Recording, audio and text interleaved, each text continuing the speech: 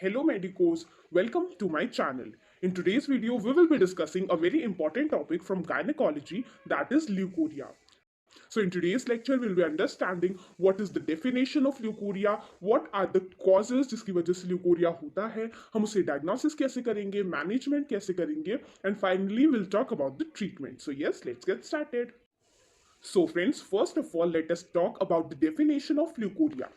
Leukorrhea is strictly defined as an excessive normal vaginal discharge. Leukorrhea क्या होता है?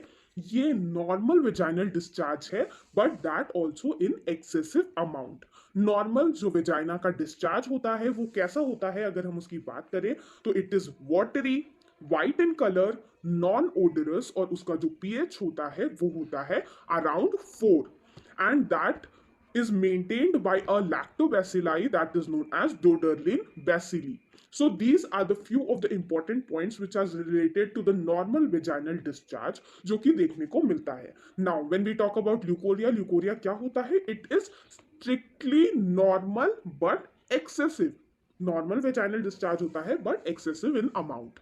Now let's talk about what are the necessary criteria for a discharge to be addressed as leucorrhoea. क्या वो qualities होंगी एक discharge में जिसे हम ल्यूकोरिया का नाम देंगे. So the excess secretion is evident from the persistent vulvular moistness. अगर जो फीमेल का जेनाइटल ट्रैक्ट है उसमें जो वल्वल रीजन है वो परसिस्टेंटली वेट रहता है, that is the characteristic of leucorrhoea. And sometimes it also stains the undergarments. It is non-purulent and non-offensive. ना ही उसमें पस फॉर्मेशन होता है और ना ही कोई मैल ओडोर आती है. सो ना ही वो प्यूरिलेंट होता है and neither it is offensive. Moving on, non irritant and never causes pruritus. जो ल्यूकोरिया का डिस्चार्ज होता है वो कभी भी इरिटेट नहीं करता है. जो आसपास की म्यूकस मेम्ब्रेन होती है उससे वल्वुलर रीजन की उससे कभी भी एक्सकोरिएट नहीं करता है, कभी भी उसमें इचिंग प्रोड्यूस नहीं करता है. सो प्रूराइटिस की प्रॉब्लम भी कभी हमें देखने को नहीं मिलेगी. Now that we are done with understanding कि वो क्या क्या कैरेक्टरिस्टिक है जो कि एक ल्यूकोरिया के पेशेंट में हमें देखने को मिलते हैं, let's discuss about the causes. क्या वो रीजंस हो सकते हैं जिनकी वजह से एक फीमेल ल्यूकोरिया से सफर कर सकती है. So friends, as we all know that leucorrhoea जो होती है वो एक्सेसिव नॉर्मल वेजाइनल डिस्चार्ज होता है. It can be seen in few physiological axes. First of them is puberty. Increased level of estrogen leads to overgrowth of endocervical epithelium.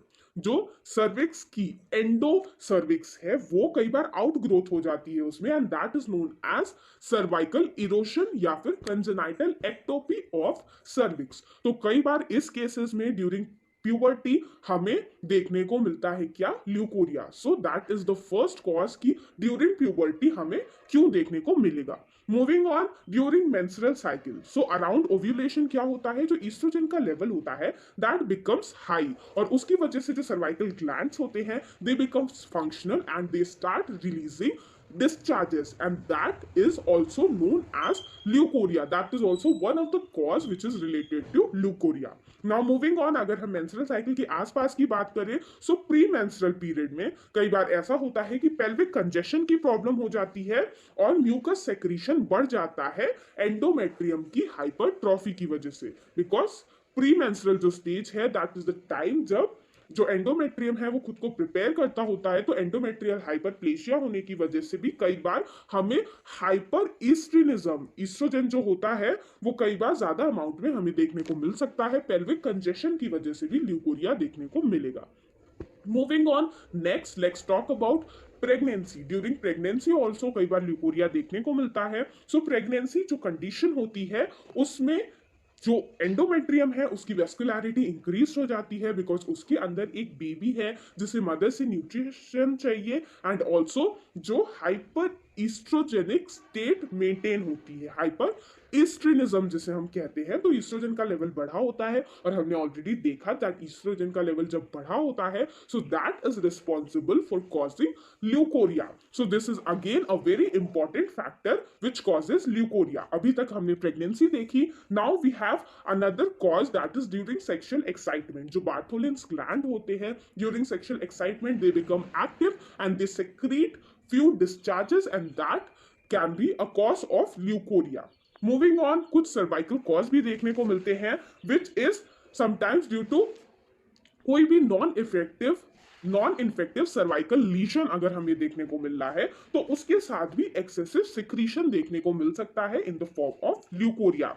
कई बार जो cervix है उसमें अगर इन्फ्लेमेशन हो गया तो उसमें भी डिस्चार्जेस प्रोड्यूस हो जाते हैं and that can also be a cause of leucorrhoea. Now moving on, कुछ वेजाइनल कॉज होते हैं जैसा कि हमने पहले ही बात की, प्री मेंस्ट्रुअल स्टेज में जब पेल्विक कंजेशन हो जाता है तो उस वक्त कई बार हमें ल्यूकोरिया की प्रॉब्लम देखने को मिलती है and it is also observed in the pill users. Pill users के केस में हमें ये देखने को मिलती है। So these were few of the etiological factors, few of the causes जो कि ल्यूकोरिया के हो सकते हैं। अगर आपके पेशेंट आउट पेशेंट डिपार्टमेंट में कोई भी पेशेंट आपके पास आता है ल्यूकोरिया की प्रॉब्लम के साथ तो आप इन सारे कॉजेज के बारे में सोच सकते हैं। Now that we are done with understanding the causes कि कौन से वो ऐसे कॉजेज हैं जो ल्यूकोरिया कॉज कर रहे हैं, अब हम देखते हैं इसके डायग्नोसिस की हमें डायग्नोसिस कैसे करनी है। So first of all, history should be covered, all the symptoms, duration of discharge, any prior episodes, associated dysuria, dyspareunia, pelvic pain and use of contraception. So हमें पता करना है that हमारी जो patient है वो कभी भी dysuria, पेनफुल मेंसेस या फिर पेनफुल जो भी सेक्सुअल इंटरकोर्स है या फिर पेल्विक पेन की प्रॉब्लम है या फिर किसी भी कॉन्ट्रासेप्शन का यूज उसने नहीं किया है, तो अगर ऐसी दिक्कत है तो हमें उस चीज की हिस्ट्री लेनी है उस फीमेल से। Now moving on, physical examination to cover general health assessment. कई बार फ्रेंड्स जो ल्यूकोरिया होती है उसका cause low socio economic status, malnutrition की वजह से भी ऐसा हो सकता है। सो हमें जनरल हेल्थ का असेसमेंट करना एक फीमेल का बहुत ज़्यादा ज़रूरी होता है। Moving on, speculum examination. हम स्पेक्युलम एग्जामिनेशन करके ये चेक कर सकते हैं दैट जो सर्विक्स है उसमें ऐसा तो नहीं है कि कोई लीजन प्रेजेंट है जिसकी वजह से ल्यूकोरिया हो रही है। सो this is again a very important part of diagnosis. Moving on, bye manual pelvic examination. हम बाई मैनुअल एग्जामिनेशन करके कोई भी एडनेक्सल मास अगर प्रेजेंट है उस एरिया में या फिर कोई भी फॉरेन बॉडी है तो उसका पता लगा सकते हैं किस चीज के थ्रू, बाई मैनुअल एग्जामिनेशन के through. Also we all know that pap smear test हम करा सकते हैं और हम कई और चीजें जैसे पीसीआर करा सकते हैं, nucleic acid amplification test which is also known as NAAT, which is a very important test to diagnose the growing organism। अगर जो हमारा विजाइनल रीजन है उसमें कोई और ऑर्गेनिज्म है जो ग्रो कर रहे हैं तो उस कंडीशन में हम NAAT के थ्रू पता लगा सकते हैं उसके DNA का एम्प्लीफिकेशन करके। So these are the points related to the diagnosis of leucorrhoea. Now let's talk about the treatment. The following are the guidelines to improve the general health. As I have already discussed with you that malnutrition is again a very important factor which is responsible for leukorrhea. So improvement in the general health of the patient is very mandatory. Moving on, cervical factors require surgical treatment like electrocautery, cryosurgery.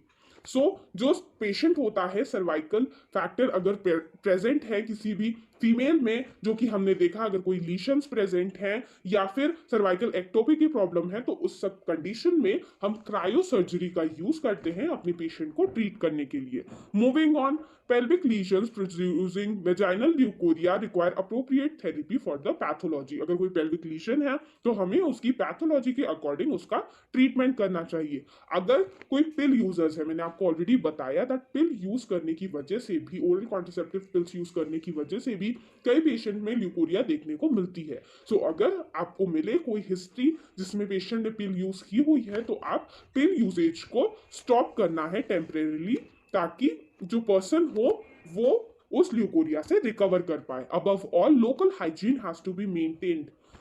We all know that leucorrhoea जो है वो normal vaginal discharge है but excessive amount में है and it stains the undergarments. So proper maintenance of the hygiene is very important because अगर जो vaginal area है उसमें कॉन्स्टेंटली वेटिंग रहेगी, मॉइस्ट वो एरिया रहेगा तो there are chances for the bacterial growth and वो फर्दर और कॉम्प्लिकेशंस जैसे यूटीआई और अदर प्रॉब्लम्स कॉज कर सकता है। मूविंग ऑन, अगर कोई भी स्पेसिफिक इन्फेक्शन उसके साथ प्रेजेंट है ल्यूकोरिया के साथ, तो हमें उसका भी ट्रीटमेंट करना चाहिए। So friends, this is all about today's session. I hope you like this video. अगर आप चाहते हैं कि मैं ऐसे ही और वीडियोस अपलोड करूं और वो वीडियोस मिस ना हो, because I am going to share with you many topics regarding allied subject in coming 1 month, तो अगर आप चाहते हैं कि वो मिस ना हो तो प्लीज प्लीज प्लीज मेरे चैनल को सब्सक्राइब